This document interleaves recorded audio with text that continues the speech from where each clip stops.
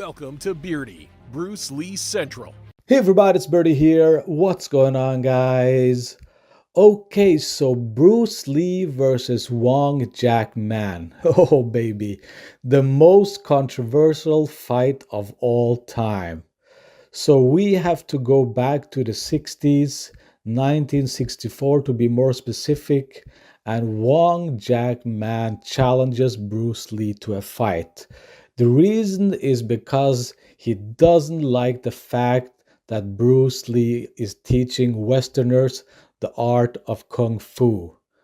So, who do I believe? Okay, that's the big question here because there are a million different versions of what happened. The person that I believe is Bruce Lee's wife, Linda Lee. And why do I believe her version? Because she has no reason to lie, okay? She's gaining nothing to lie about this 50 years later. So I'm gonna base everything on her version of the fight. Now, what happened during the fight? Well, Bruce Lee and Wong Jack-man went at it, and the fight actually lasted for a while. And that's the big thing here. So Bruce Lee didn't like the fact that the fight went on for a long time.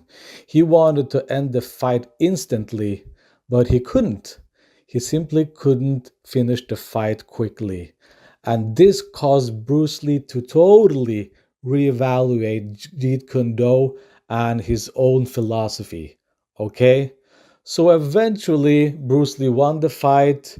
He made Wong Jack-man submit and to admit defeat, and the fight was over.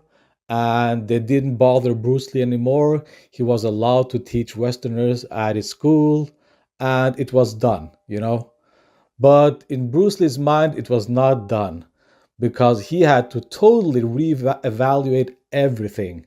He didn't like the fact that someone like Wong Jack-man, who is in his eyes was not a especially great martial artist. He was just an average guy, an average martial artist. Bruce Lee didn't like the fact that he struggled to finish the fight. So for the upcoming years, Bruce Lee totally reevaluated Jeet Kune Do. He changed everything in his philosophy to make Jeet Kune Do more explosive, and he succeeded in doing just that. So there you go, guys. Linda Lee's version of what happened is a factual thing that did happen. It's not only her version. A lot of people agree with her. In fact, most people agree with her. There are some people, obviously, that say that Wong Jack-man won the fight, but the majority of the people, including Bruce Lee's wife, who was there, all agree that Bruce Lee won the fight, and he won the fight after a long fight. And he received a challenge from the San Francisco Chinese martial arts community, and the challenge read that Bruce, if he were to be defeated in this challenge, would have to cease teaching Caucasian or non-Chinese students. And the Chinese martial artist came over from San Francisco to Bruce's studio in Oakland, and a very formal challenge took place. I was present there. In fact, I was 8 months pregnant with Brandon, and James Lee was there. And this fight with this Chinese martial artist lasted about 3 minutes. It consisted of a lot of running where the Chinese martial artist took off and started running around the room, and Bruce was pursuing him before Bruce finally got a hold of him and took him down to the floor and made him give up. And after the challenge ended with the Chinese martial artist being soundly defeated and they all went away, Bruce won the right to teach anyone he wanted to.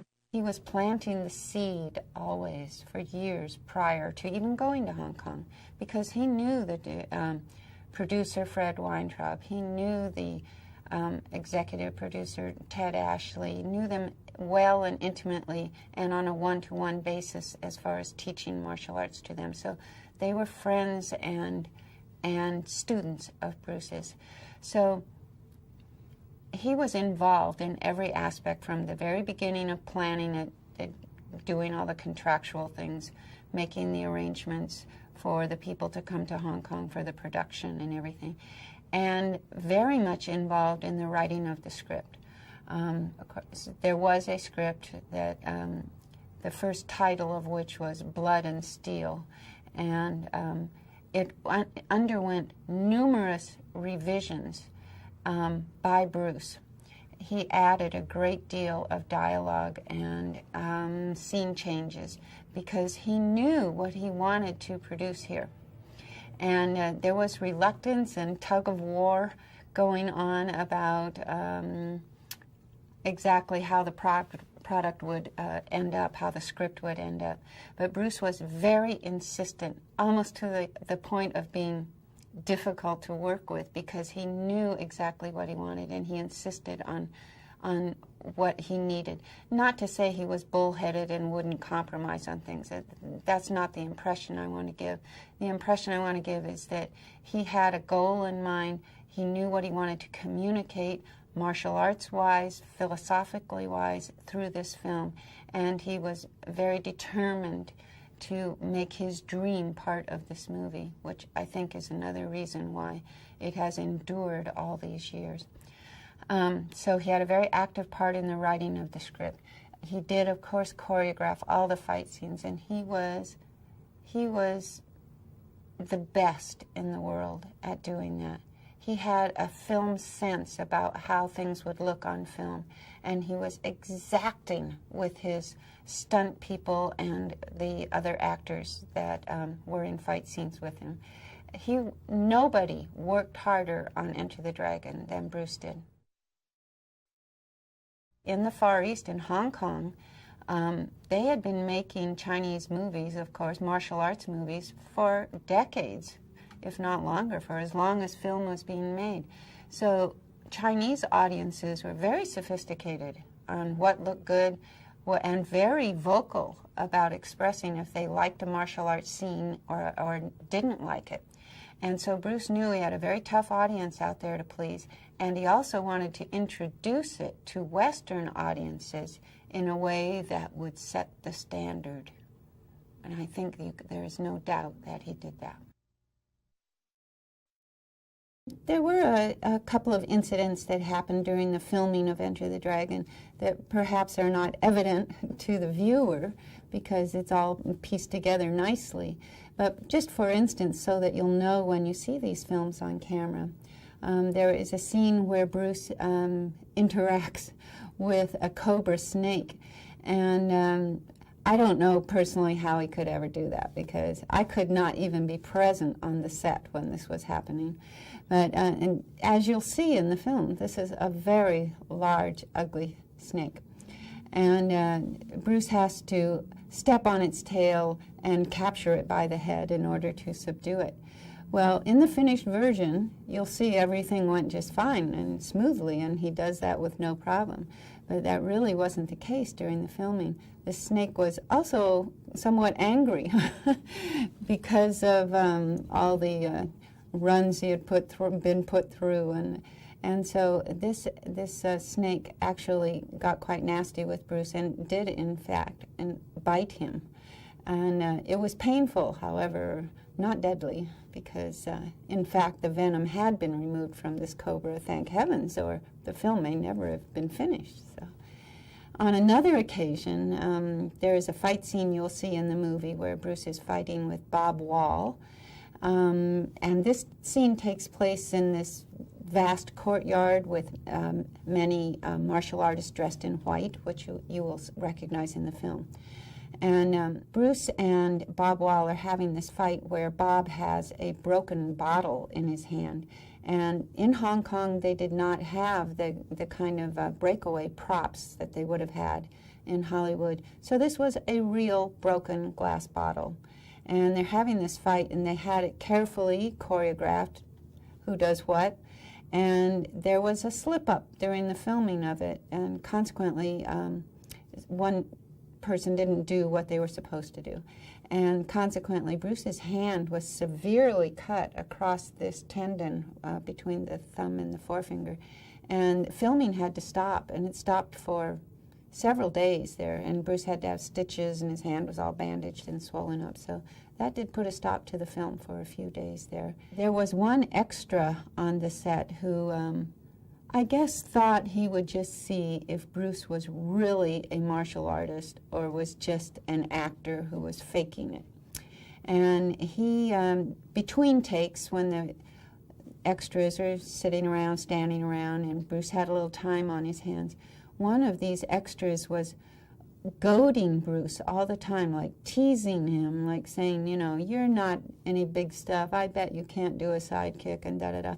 And normally this kind of thing did not faze Bruce at all, because he had evolved to that stage of being a martial artist that did not need to prove himself to every person that came along issuing a challenge or teasing him or picking on him or anything.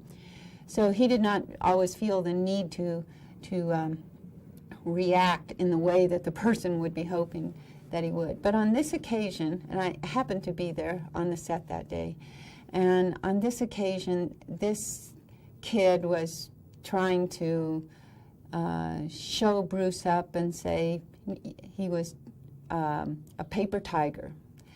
And Bruce felt that it had reached the point where if he did nothing and said nothing, he would not be able to inspire the rest of the extras to cooperate with him in the fight scenes and do what they needed to do to complete the movie. So he felt he needed to take a leadership role and to show this young man that he was going to have to eat his words.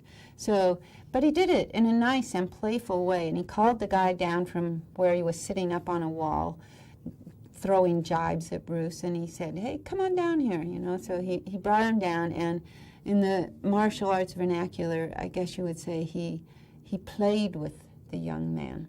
And he said, you know, they got in a stance, and he said, okay, go ahead, you know, try and throw a kick.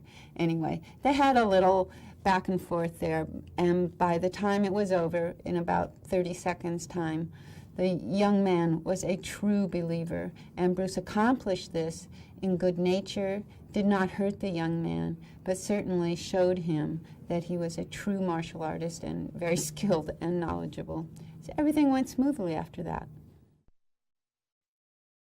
During the filming of Enter the Dragon, I was frequently on the set. Bruce was very open about bringing the family on the set. So I often came to the set, and I brought Brandon and I brought Shannon. Brandon was 8 years old at that time, and Shannon was 4. And while many martial artists and prospective actors worldwide have been inspired by Bruce's film roles, his most primary student of the martial arts and of acting were his children. Brandon was very influenced by being on the set around Bruce, watching him work, and Bruce was very influential in Brandon deciding that this would be his career. Brandon decided at age 8, I can remember clearly him saying, I am going to be an actor. And now Shannon also, she was only 4 years old, but she is also influenced by that and has made that her career as well. So this was not only in their blood, the urge to perform and to perfect their crafts, not only in their blood, but in their upbringing, because Bruce was a very indulgent father. He shared himself, his career, and his passion with Brandon and with Shannon.